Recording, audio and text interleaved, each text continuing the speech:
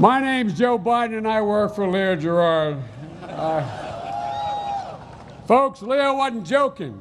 The only reason I'm standing here is back when, in 1972, as a 29-year-old kid, Richard Nixon ended up winning my state by about 70% of the vote, and I couldn't get help anywhere. And I was working like the devil, and there was a big old boy named Emory Woodard. He was about 6'6", about 260 pounds. He represented the steel workers at what used to be called Worth Steel in Claymont, where I moved from Scranton to Claymont, Delaware. And he took me up to see a guy named Huey Carcella, who was the regional director in Philadelphia. And he said to Huey, he said, "We're backing this boy." And Huey said, "Like hell we are." He said, "If you're not, you don't have me." Turns around, Huey Carcella came out here to Pittsburgh and spoke to your international president, and the next thing you know, I was endorsed. And at that time, I was losing in the most recent poll, 57-19. But I won. I won because of the steelworkers. We have an expression where I grew up. You go home with them that brung you to the dance. And you all brung me to the dance. And it's great to be here. I understand that, I don't know where he is right now, but I understand Mike Doyle, hey, Mike, there you go. Good to see you, Congressman. It's nice to have someone in Congress actually know what a steel mill looked like. And, where's Mac? Mac does all the heavy lifting. There you go, Mac. Thank you, by the way, for having me, pal. Thanks for having me back. And my buddy, Rich Trumka. You know, Rich and I go back a long way. He's the kind of guy, and I'm not joking like all of you, you know, in the neighborhood, you always knew the person you could turn to would have your back. Not a joke. You knew it. You knew it. And this is the guy who'd have your back. He'd have your back in a fight. He'd have your back in an argument. He'd have your back no matter what. And I've had his back, and he's had mine, and I can't tell you how much I appreciate the friendship, Rich. I really mean it.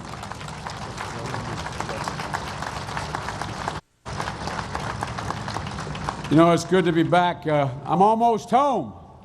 I'm in Pennsylvania, and getting closer. You know, although actually I'm further from Scranton now than I was in Wilmington, but at any rate, it's good to be here. You know, I don't have to tell you, you've done a remarkable job here in Pittsburgh, but nationally, labor has been clobbered. Some of you heard me say some time ago, actually 15 years ago, the National Chamber of Commerce, they declared war on Labor's House. Flat out declared war, not a joke, not an exaggeration. Because you're the only ones who have the power to keep the barbarians from the gate, man. No, not a joke, not a joke. Without the ability to sit down with the most powerful entities in the world, without that ability to negotiate, without that ability to throw up power, there is no shot for any American worker. I don't mean labor, I mean any American worker. And ladies and gentlemen, what's happened is been devastating. Productivity, that's what you do. You make their products more valuable. You do it better, you do it cheaper, you get more out there. It used to be, when productivity went up in America, everybody got to share. The people who caused the productivity increase, they got a piece of the action. They got a piece of the action. But it went up about 73%. But yet wages only went up about 9% all across America. Something's wrong, folks. And at the end of World War II, from World War II to 1970, when productivity went up, your wages went up. Your standard of living went up. Why in God's name should a man or a woman working in a steel mill making $50,000 a year pay at a higher rate than someone makes tens of millions of dollars on Wall Street? I mean, I'm serious. By the way, this is not politics. This is real. This is what's changed. What's changed out there, folks, is we can't let it stand. We can't let the changes that have taken place, and they've creeped in over the last 20 years. But they've been devastating for workers. Look, I hope everybody in America has a chance to become a millionaire. And we need some billionaires. But let me tell you something, man. The tax code's not fair. It's simply not fair. The wealthy aren't paying their fair share. There used to be one America. Everybody was in on the deal. When we were in trouble, everybody jumped in. When we were doing well, everybody did well. But that's not the case anymore. Back in the mid-'70s, you know, the top 1% of Americans, they own 20% of all the wealth in America. Today, 1% of Americans owns 40% of all the wealth in America. They're not bad people. Here's the deal, folks. It's set up that way. It's set up that way. It's the way the tax code's been set up. It's the way everything's been skewered. Back in the 70s, when you were getting started in the steel mills, Leo, what the situation was that the CEO made on average 25, 26 times the average employee. Now they make 400 times as much. What happened? What happened? Did American workers get less productive? Every study shows they've been more productive. So folks, the fact of the matter is, we are in a position now. Look, let me give you one example.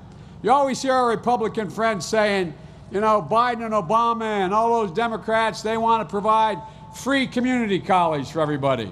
12 years is not enough anymore.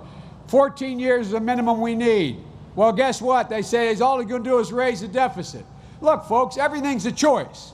Everything's a choice. Right now, we give a tax break of $100 billion, $110 billion over 10 years to so-called trust fund babies. 0.8% of the population.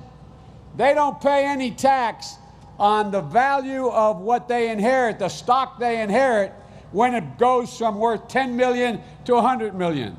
They don't pay that increase if that increase occurred before they, in fact, were given the stock. You know how much it costs to put 9 million people in community college for free, give them a better chance at a better life? It costs $6 billion a year. You know how much that tax cut costs? $10 billion a year. We can eliminate that tax cut, put everybody in community college who wanted to go, and cut the deficit by $4 billion a year. Folks, it's too hot to go into more detail, but here's the bottom line. I'm hot. I acknowledge that. I'm mad. I'm angry. Because the people I grew up with. Look, you saw too many people during this Great Recession, here in Pittsburgh and all around, make what I call the longest walk a parent has to make, up a short flight of stairs to say to their kids, honey, I'm sorry. Mom lost her job. Dad lost her job. You can't go back to the same school. You can't go to the same, playing the same basketball team at church. You can't play in the same Little League team. We got to move. My dad made that walk in Scranton, Pennsylvania. He made that walk when I was going into 4th grade. I remember him sitting at the edge of my bed in my grandfather's house where we had to live and saying, I'm going to move. Going to move to Wilmington, Delaware. There's jobs down there, honey. It's going to take about a year. Everything's going to be all right, though. When I get settled, I'll bring you, Mom, and your brothers and sisters down. I'll try to come home every weekend. Only 156 miles. I remember him saying that. I thought that was like going to the moon. But when my dad said it's going to be all right, he meant it. He believed it. He believed it. How many people in your old neighborhoods, how many people in your old neighborhoods are in trouble, can look their kids in the eye and say with heart, honey, it's going to be okay. It's going to be okay. Not enough, because the level playing field doesn't exist. Our job is one thing, all of you, to make sure every parent can look their kid in the eye, knowing they put in a full day's work, and say, honey, it's going to be okay. That's what labor's about. That's what unions are about. And one last thing I'll say to you and get off this stage. Folks, there wouldn't be a single basic right, from a 40-hour week to sick leave. There wouldn't be a single basic right out there were it not for anyone working, but for labor. You built the middle class. That's not an exaggeration. And as you've declined, the middle class has declined. So there's a simple correlation. Build labor, we build America. Build labor, we build the middle class. And folks, Let me tell you what I mean by middle class. It's not a number, it's a value set. To be middle class means you have a chance to own your home, not just rent it. It means you can send your kid to a park in the neighborhood and you know they're going to come home safely. It means you're going to be able to send your kid to a school, and if they do well, they want to go to school after high school, they'll be able to go. And you'll be able to pay to get them there. And when you lose one of your parents, you'll be able to keep your other parent and take care of them and hope your kids never have to take care of you. That's middle class. That's what we have to restore. And when the middle class does well, the wealthy do very well, and the poor have a way up. So organize, organize, organize. God love you.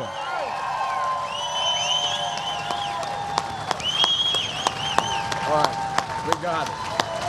Thanks. Thanks, God. Good job. Well, you got to do it. Biden and Palin. Thanks. Thank you.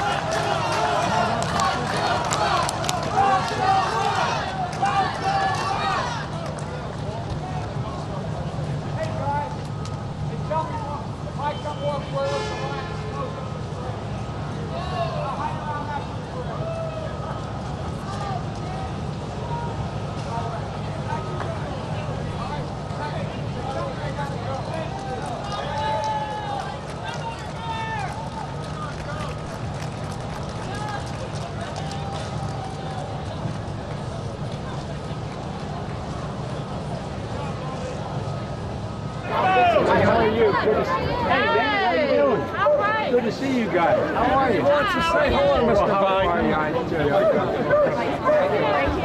Good to see you, man. Do you plan on running for president? Oh, I haven't made that decision. Good to see you. I'll tell you what.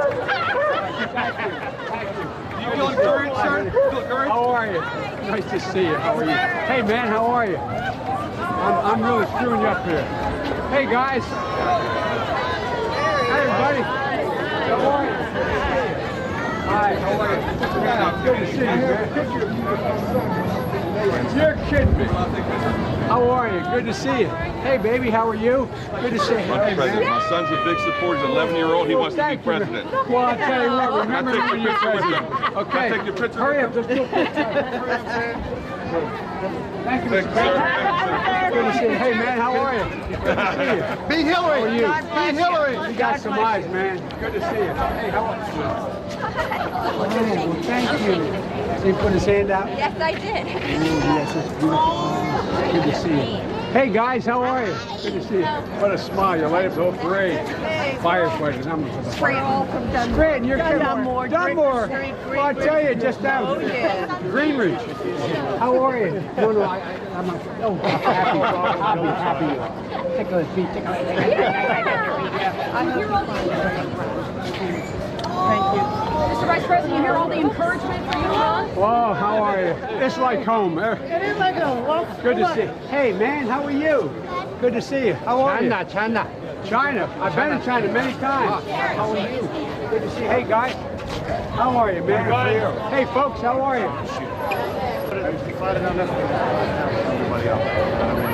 Tell the guys up front to go slower.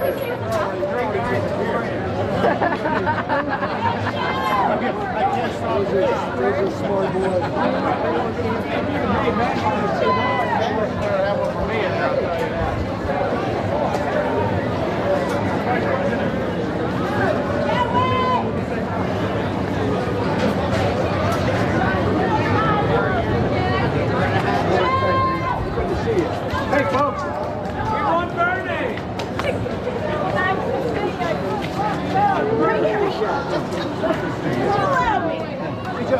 Yeah. Director of Education. hi, Joe. It's very nice I got to some meet you. still workers I want you to educate. And me too.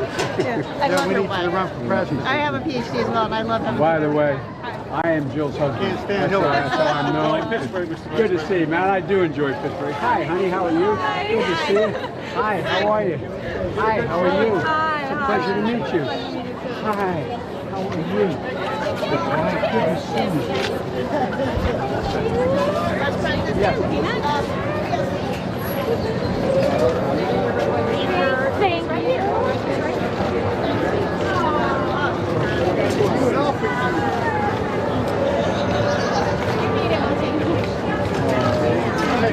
I didn't mean to with you.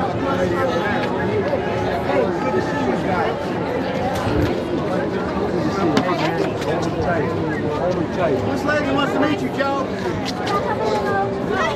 She's 89, Joe. She wants to meet you. I've been a Democrat all my life. My mother and dad were all Democrats. That's how I was raised in Scranton.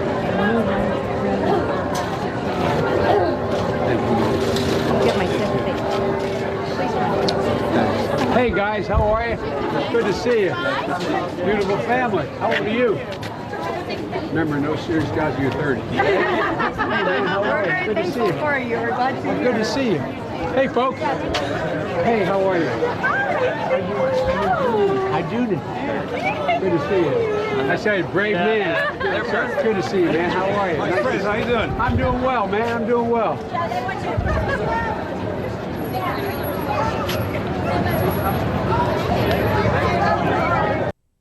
I'm the leading state sponsor of terrorism.